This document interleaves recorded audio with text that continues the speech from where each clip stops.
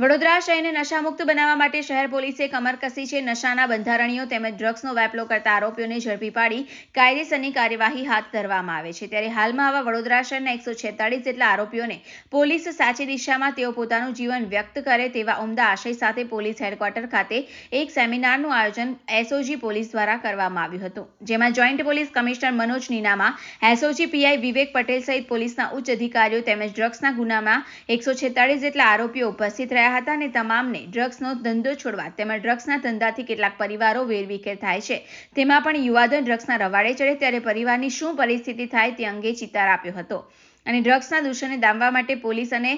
એનજીઓને મદદ કરવા આહવાન કર્યું હતું। ડ્રગ્સની સમસ્યા જે છે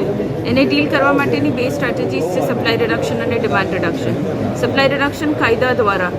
આપણે ઇમ્પ્લિમેન્ટ કરીએ એ પોલીસ ડિપાર્ટમેન્ટ કરે છે અને એનજીઓ તરીકે અમે ડિમાન્ડ રિડક્શન એટલે એટલી અવેરનેસ ક્રિએટ કરીએ કે લોકો મધ્ય વ્યસન તંદુરસ્ત જીવનશૈલીની પસંદગી રહે રહેતા। આ જે એક અભિયાન છે બહુ યુનિક છે ને એના એટલા માટે છે કેમ કે આ બે વસ્તુ સપ્લાય રિડક્શન ડિમાન્ડ રિડક્શન કાયદો અને જનજાગૃતિ બંનેનો અભિગમ કરીને આપણે એક પ્રયાસ કરી રહ્યા છે કે જે લોકો વ્યસન તરફ જતા રહ્યા છે અને જે લોકો વેચે છે કે પછી એ રેકેટમાં સંકળાયેલા છે એમને આપણે એક મોકો આપી રહ્યા છે, એક ઓપોર્ચ્યુનિટી આપી રહ્યા છે કે આ આખા રેકેટ કે આખા સાયકલમાંથી એ નીકળીને એક તંદુરસ્ત જીવન તરફ વધી શકે। So it is one very unique intervention જે આપણે એવું કહી રહ્યા છે કે સજા એ માત્ર સોલ્યુશન નથી પણ એક વ્યક્તિને રિફોર્મેટિવ, રિહેબિલિટેટિવ યા રિસ્ટોરેટિવ લાઈફ આપવી કે પોતાના માટે એક સ્વસ્થ જીવન પસંદ કરી શકે આ રેકેટમાંથી નીકળીને, ચાહે કન્ઝ્યુમર હોય કે સેલર હોય, but this is a very unique intervention and I am very appreciative કે પોલીસ ડિપાર્ટમેન્ટ દ્વારા લેવામાં આવી રહ્યો છે। એનજીઓ તરીકે અમારો રોલ એ થઈ શકે અને અમે જોઈ રહ્યા છે કે અમે જે રિહેબિલિટેટિવ પાર્ટ છે, રિસ્ટોરેટિવ પાર્ટ છે, રિફોર્મેટિવ પાર્ટ છે એમાં અમે કોન્ટ્રીબ્યુટ કરી શકીએ છીએ કેમ કે કાયદાની સમજણ સાથે સાથે આપણે જો એ સમજણ આપી શકીએ કે કેવી રીતના પોતાના જીવનના જે ચેલેન્જીસ છે એને ફેસ કરી શકે, એને ઇમોશનલી સપોર્ટ કરી શકે, સોશિયલી સપોર્ટ કરી શકે, તો એ રોલમાં અમે એનજીઓ તરીકે પોતાનો પ્રયાસ કરી રહ્યા છીએ। આપણે દર વર્ષની જેમ આગામી 31 તારીખે નવા વર્ષની ઉજવણી કરવા માટે લોકો જગ્યાએ એકત્ર થતા હોય છે। ખાસ કરીને વડોદરા શહેરની વાત કરું તો ફતેગંજ અને સયાજીગંજ વિસ્તારમાં મોટા પ્રમાણમાં ક્રાઉડ ભેગું થાય છે, તેમજ ખાસ કરીને યંગસ્ટર્સ વધારે હોય છે। સામાન્ય રીતે અમે સલામતીના ભાગરૂપે તમામ પ્રકારનો બંદોબસ્ત ગોઠવી દીધો છે, પણ અત્યારે એડવાન્સમાં અમે શહેરમાં આવતા જતાં જે 16 નાકા છે એ 16 નાકા પર ચુસ્ત નાકાબંધી ગોઠવી છે અને દરેક શહેરમાં આવતા અને જતા વાહનોને ચેક કરવામાં આવશે। કઈ રીતે ચેક? અમે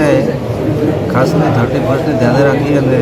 કોઈ જે નશીલા પદાર્થનો કોઈ ઉપયોગ કરે તો એના માટે બ્રેથ એનાલાઇઝર અને અમારી જે એન્ટી ડ્રગ્સ કીટ છે એ દરેક ટીમ પાસે હશે, દરેક ટીમ પાસે કેમેરા હશે અને ખાસ કરીને આ 31ના દિવસે નશાવાળા જે લોકો છે જે નશો કરીને બહાર નીકળવાની જે વાળા છે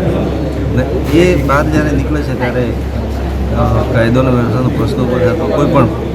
મહિલાની સુરક્ષાનો પ્રશ્ન ઊભો થાય ત્યારે એને કડક હાથે કામ લેવા માટે અમે અત્યારે તો આ નાકાબંધી ચાલુ કરી છે અને ખાસ કરીને 31 તારીખે તો અમે જ્યાં આવા ભીડભાડવાળા જગ્યાઓ છે ત્યાં ખાસ કરીને ખાનગીમાં અમારી સિટીની મહિલાઓ પણ બ્રેથ એનાલાઇઝર અને અન્ય કીટ સાથે રહેશે અને અમારી એસઓજી, ક્રાઇમ બ્રાન્ચ તમામ ટીમો રહેશે અને ખાસ કરીને આપણો જે ફોકસ છે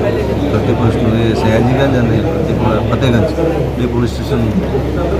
હોય છે એટલે ખાસ કરીને ત્યાં એવી બંદોબસ્ત રાખવામાં આવે મંજૂરી માટે છે તો તમામ નિયમોની કેવી રીતે લોકોને સમજણ આપવાની છે? ખાલી એક ચર્ચ છે ત્યાં ચર્ચમાં તો એનું જે ફંક્શન છે 25 તારીખે પૂરું થઈ ગયું છે, 31ના દિવસે ચર્ચમાં કોઈ પ્રોગ્રામો થતા નથી પણ અત્યાર સુધી મંજૂરીનો સવાલ છે, અત્યાર સુધી કોઈ મંજૂરી આવી નથી પણ આવશે તો નિયમ અનુસાર આપણે આપવામાં આવશે। શહેરમાં કેવી રીતે આ બંદોબસ્ત ગોઠવો છો? ફતેગંજની તો છે જ, પણ અન્ય કોઈ વિસ્તારમાં એવી રીતે ચેકિંગ હાથ ધરવામાં છે, કારણ કે નશાખોરી કરી ના 31 દિવસે ફતેહગંજ સયાજીનો તો આપણો મેઇન વિસ્તાર છે. એના સિવાય તમામ વિસ્તારો બંદોબસ્ત રહેશે. જેમ કે તમારા અપાટા બ્રિજ છે, મજલપુર છે, મકરપુરા છે, છાણી છે, એટલે એમાં તમામ જગ્યાએ પોતપોતાના પોલીસના વિસ્તારમાં એમનો પોતાનો બંદોબસ્ત રહેશે જ. આ તો વિશેષ બંદોબસ્તની વાત કરું છું કે 31મી માટે આપણે સયાજીને અને ફતેહગંજ ખાસ કરીને કમાટી આસપાસના વિસ્તારને આપણે કવર કરશું.